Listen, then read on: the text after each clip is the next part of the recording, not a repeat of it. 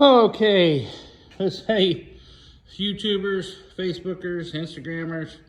This is Kelly at K&M Design and Fabrication. I just wanted to talk about this new, well, it's not new, this tubing bender that I got here. I bought it about 3 years ago, and it's been sitting in a box in my shop. We moved and got busy and things going on, and I just haven't had time to put it together and make the modifications that I wanted to.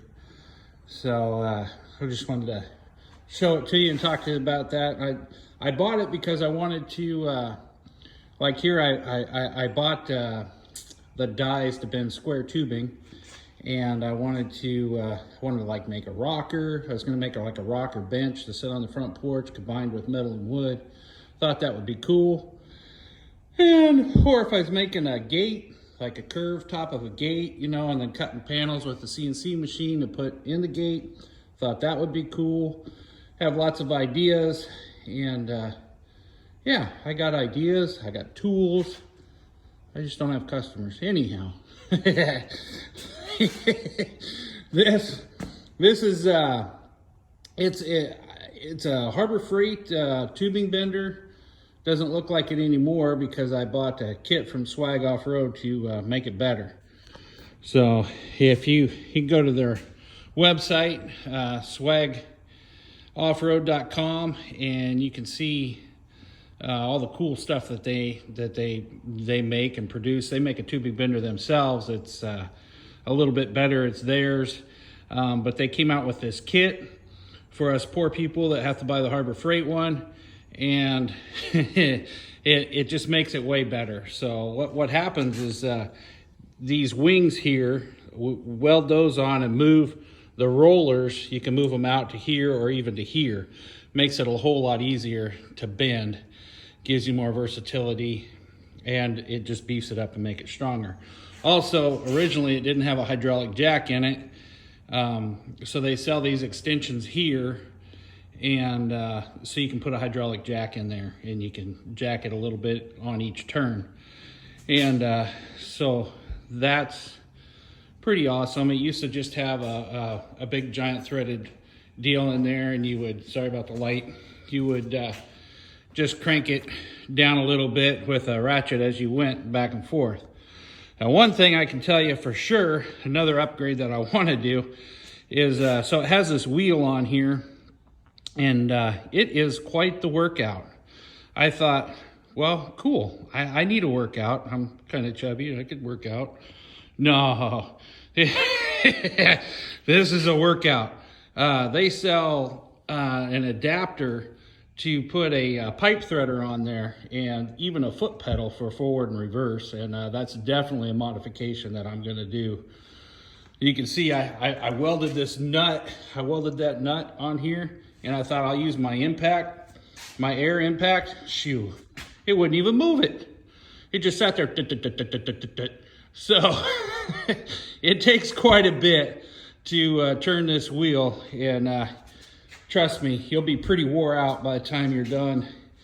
And your customers wouldn't be able to afford your time if you did it by hand every time. So, but it comes with all these dies here. I got them put on my bench here. So it's different sizes of dies. I think it's a 1 inch and an 1.5 inches and a 2 inch. I'm not sure. You can check Harbor Freight's website, but that's for the tubing. I bought these dies here from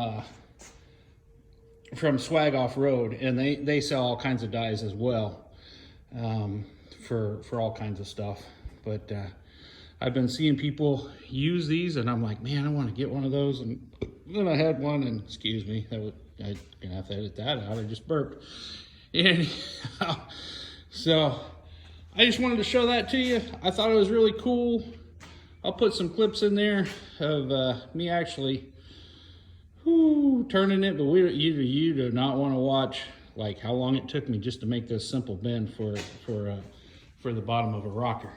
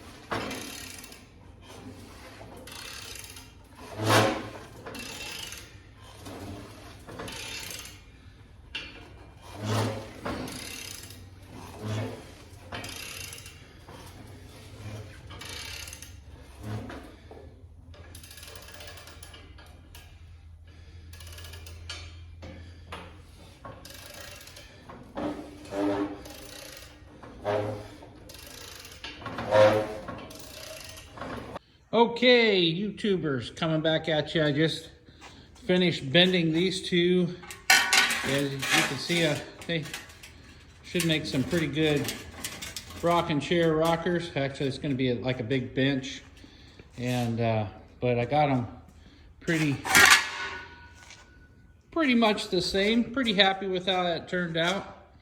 I'm not sure, you know how it kind of kinked here in the top a little bit.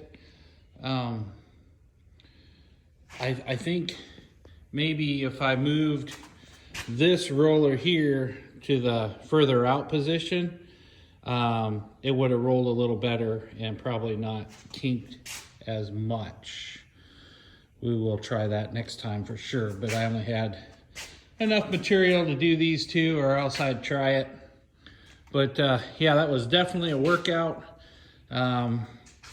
One thing to note is keep your, I just use WD-40, but keep these oiled and wet. It definitely helps when you're going back and forth.